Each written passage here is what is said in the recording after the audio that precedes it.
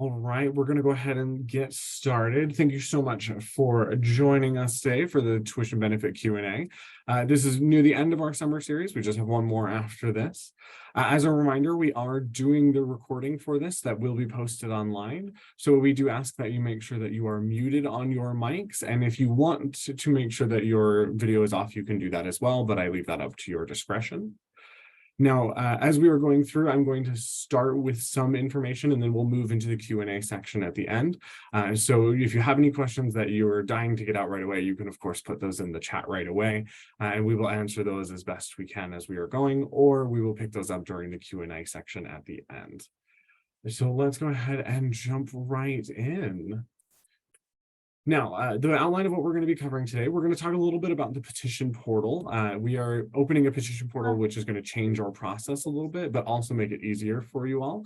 So we're really excited to kind of give a little bit of preliminary information on that before we do the actual opening, hopefully in the very near future. Additionally, then we'll move into frequently asked questions. These are questions that are ones we received a lot throughout the year, or just similar or interesting questions that we felt needed to be shared with the whole group. They might answer things that you have been wanting to ask yourself, or it might just be some interesting information that you hadn't really realized we were ready to present. And then additionally, we'll move into what remaining workshops we have left. We have just about one, and we'll announce the date on that, and then move into our Q&A section. So first, we're going to move into the petition portal and just a quick update on what that process is going to look like. So we are very excited to announce that we are moving into a petition portal.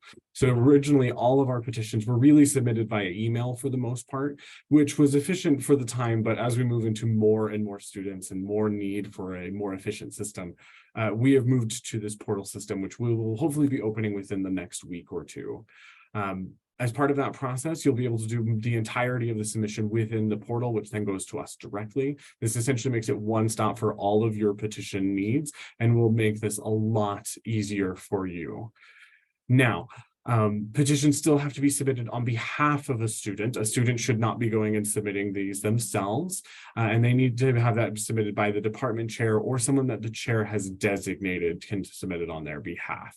If we receive weird petitions that we're questioning on, we are of course going to reach out to every appropriate party and make sure that everything is happening the way it needs to happen.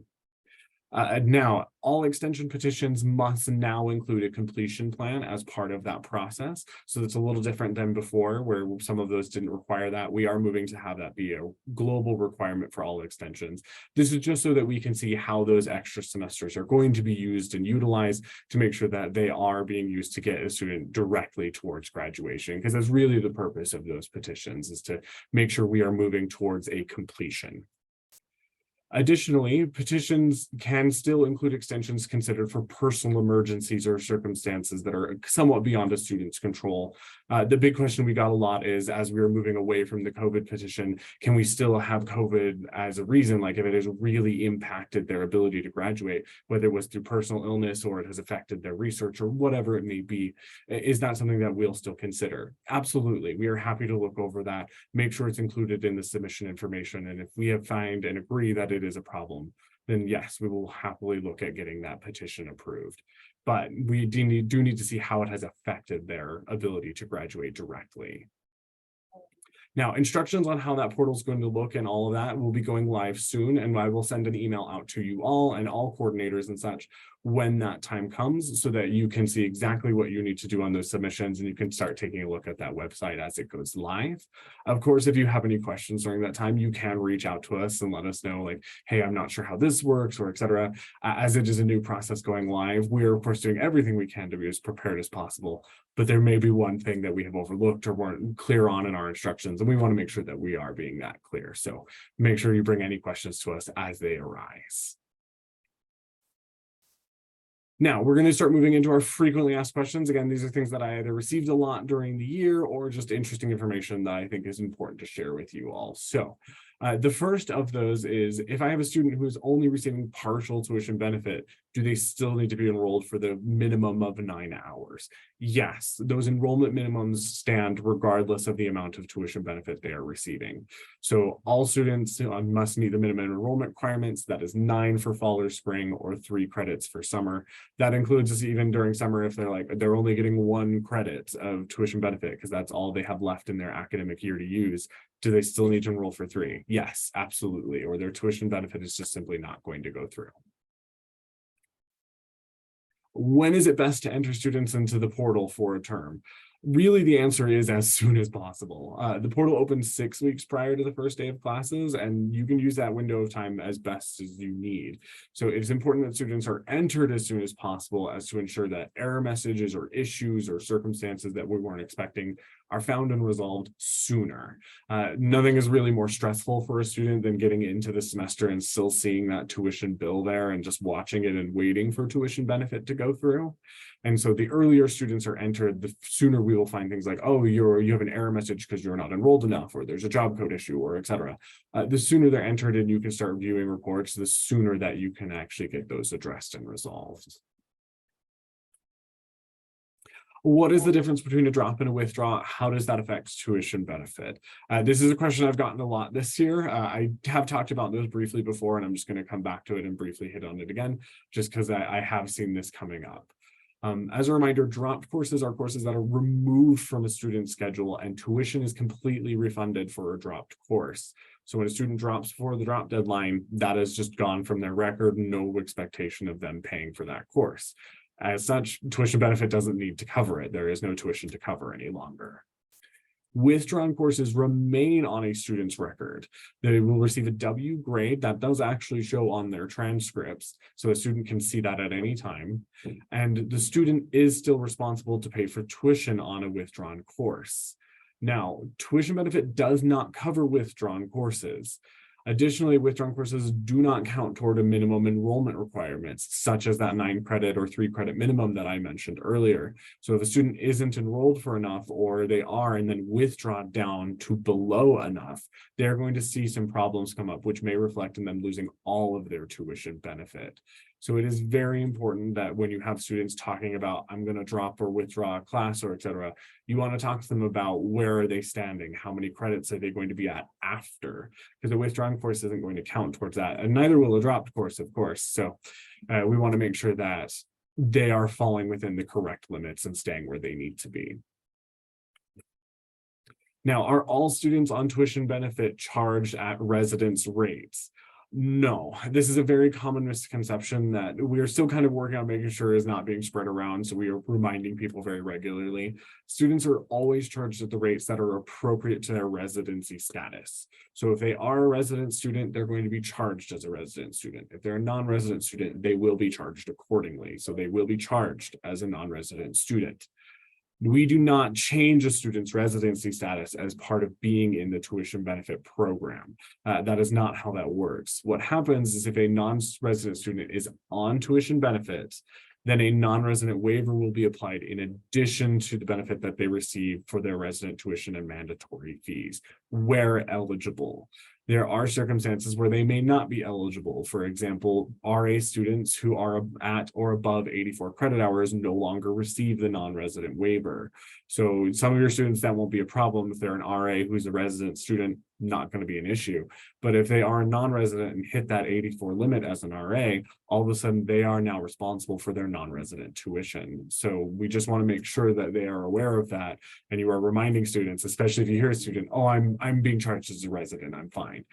Are you, or do you think you are because of you're on tuition benefit? Those are two different things, and they need to be aware of that so that they are planning and being aware of what may happen with their bill. Other frequently asked questions: what charges count against the allocation amount? What is actually coming out of that money and that fund so that we can do our math accordingly? Really, the thing you need to look at is just the resident tuition and mandatory fees for up to 12 graduate credits or 6 graduate credits for the summer. A big question I get is the non-resident waiver, which is that second part there. The non-resident waiver does not count against your allocation total. It is a courtesy that's provided by the university as part of the tuition benefit program, but it doesn't count against your allocation. You don't need to account for that when doing your math. Just need to make sure you're accounting for it. If you, again, those RA students with the 84 credit hours or such, if they suddenly have a bill, you of course want to let them know, but that's not coming out of your allocation. Now, as also a reminder, RA students are not charged to the allocation amount as well. They are instead charged to returned overhead for the college when the project and grant resides, like when that all comes back.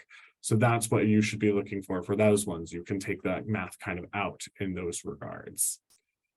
And additionally, one of the other big questions that we get, what about XTPP? What if I'm doing extended tuition benefit? Is that kind of the same? Essentially, yes, resident tuition and mandatory fees for XTPP up to 12 credits or up to 6 graduate credits. This is what's coming out of those chart fields that are provided during the time of entry. So the math is essentially going to be the same. It's just, where is it coming from? Is it coming from the allocation, or is it coming from the chart field that you provided? And with XTPP, it's going to be that chart field that you provide. And again, with the non-resident waiver, that is still the same. It does not come out of that chart field that you provided. It is still that courtesy that is provided. So you do not need to do that as part of your math. I've been getting that question a lot this past year, so I just wanted to make sure that was very clear, because I had a lot of people concerned about how they were going to balance out those non-resident portions of the tuition. That's not something you need to worry about in those cases. Now, my students benefit hasn't posted. What do I do? What's going on? There could be a lot of things. So you kind of need to start going from the top and just checking a bunch of different factors to see what may be happening. Obviously, we attempt to begin each disbursement as soon as we can, but usually the earliest we can disperse tuition benefit is about the week prior to the first day of classes, generally in the middle of the week. And so you will be seeing the disbursement happen then on. So if it's several weeks before the semester begins, that's likely why, because there's no way for us to do it earlier than that. So you're just not going to see it until that time. But what should you do if you have a situation after that where it's, first, second week of the semester, it's not going through? What should you be checking? What should you be looking for? Review your reports. Always check your reports for irregularities, error messages, issues, weird things that just stand out as odd. Any issues that you find should be addressed within your department where applicable first. So if you're looking at your report and you see, oh, the student hasn't enrolled for enough, well, that's the student's responsibility to fix. So you can reach out to them and be like, hey, you're at 7 credits. It needs to at least be 9 for the tuition benefit to go through. Let's work with your advisors and see if we can't find 2 or 3 more credits to add for you to get that to function correctly. Or if it's a case where, oh, I can see that they have a job code issue and that job code is incorrect for whatever reason, you need to work with your HR contacts within your department and whoever does your EPAF processing and such to make sure that those job code issues are resolved. That can go in a lot of different ways. I have seen circumstances where a student's entered as a TA, but their job code is something else, and the TA entry is actually what was wrong. And so you need to update them in the portal.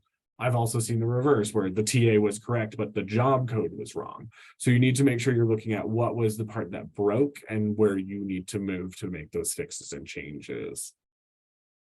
Now, if you have resolved all error messages, or you don't have any error messages and it's just not going through, or there's just something weird going on that seems out of place or irregular within the portal, definitely reach out to us and let us know. I'm happy to help troubleshoot and solve whatever I can.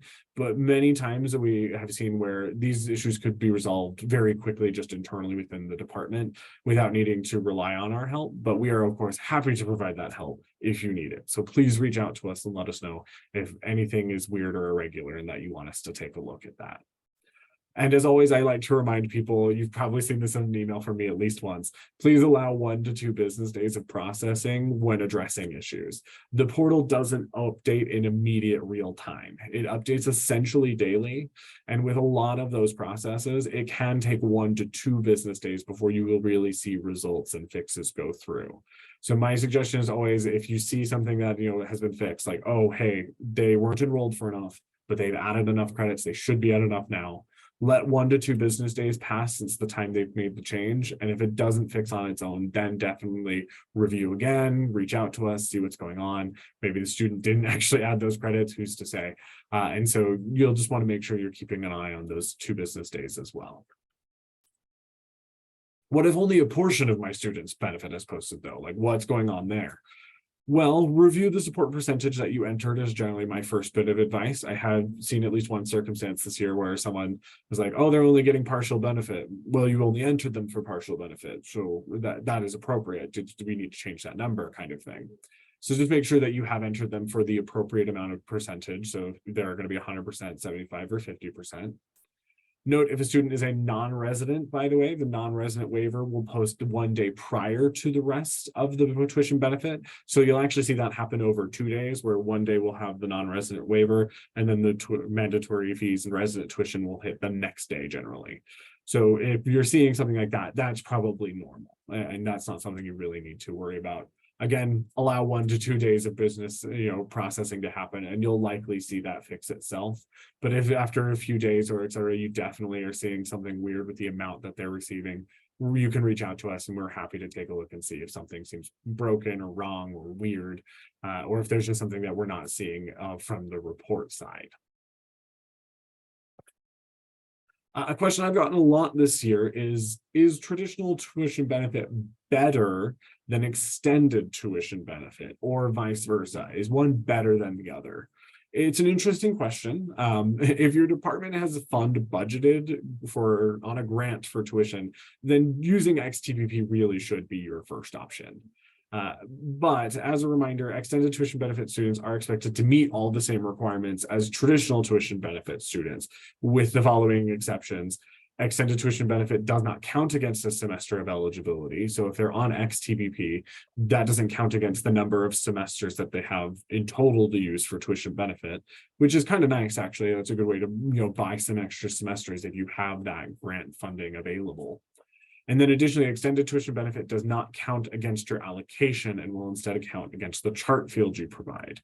Again, if that's coming from a grant, that may be an acceptable thing, but if you're just doing XTPP personally within the department with chart fields that you're pulling, money from under couch cushions kind of thing, that might be something to consider.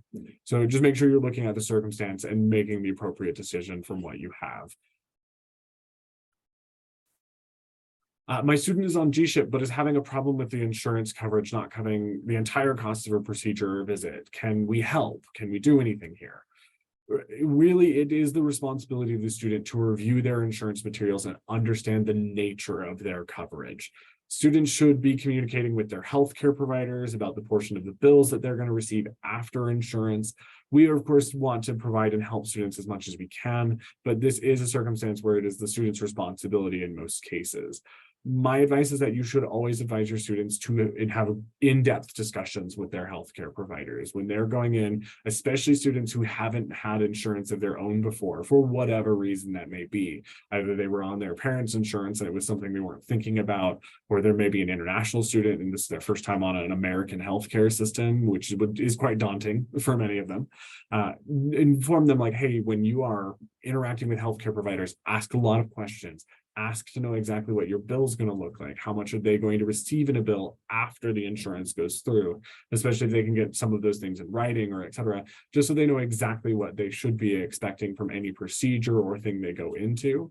It is the responsibility of healthcare providers to be upfront with that information. So if a student's working with a healthcare provider who's being very sketchy on that, that's probably a sign they want to find someone else anyway. Encourage students to read over their plan, the explanation of their benefits, raise all appropriate questions to both the healthcare provider and the insurance provider if they have specific questions about the nature of their coverage in that regard. And then, of course, if you believe that there is a circumstance happening where some sort of error has occurred that is outside of these parameters, the insurance is not working as it should be, or something of that regard, definitely let us know so we can investigate. We can also review and work with the insurance provider to try to make those ends meet and see what's not happening that either should be happening, or educate the student on like, hey, this is why this is occurring. This is what's happening that you may have missed in your explanation of benefits, or et cetera. So that's usually when we would be getting involved. But if the student is just having a disagreement or as such with their healthcare provider, that is actually something the student has to discuss with the healthcare provider. Now, those are our frequently asked questions. And so I'm going to move into the QA section in just a minute, but just as a reminder, we have upcoming workshops, and namely our last one really for our summer series, which is on August 2nd for graduate school funding opportunities. That'll be a really fun and interesting one, so definitely come by if you can. Additionally, we are working with EMI to get an EMI training set up, but that day has not been established quite yet. Once it is, we will send out notifications to everyone to let you know when we will be doing that EMI training, similar to the one that we did last year. So either a good review or very helpful for my new people who are just getting started into the EMI process. Now, we'll go ahead and transition over to questions now. I do see that the chat has been going, and it looks like some of those questions have been answered as they are going, which is great. If you have any questions that you want to ask specifically to the whole group that you will think would be very helpful for the group to hear, you can just raise your hand and unmute yourself, and we'll definitely call you out and bring you up to stage so you can ask your question. If you feel that you would be more comfortable waiting until some people have left, or you have something more individual, you can either put it in the chat, or we can wait until the end, or you can send me an email or contact me via any of these things. If I don't know the answer right away, I'm one of those people who tries to find the answer. So I may not get back to you right away, but I will get back to you as soon as I know what I can tell you. So definitely let me know.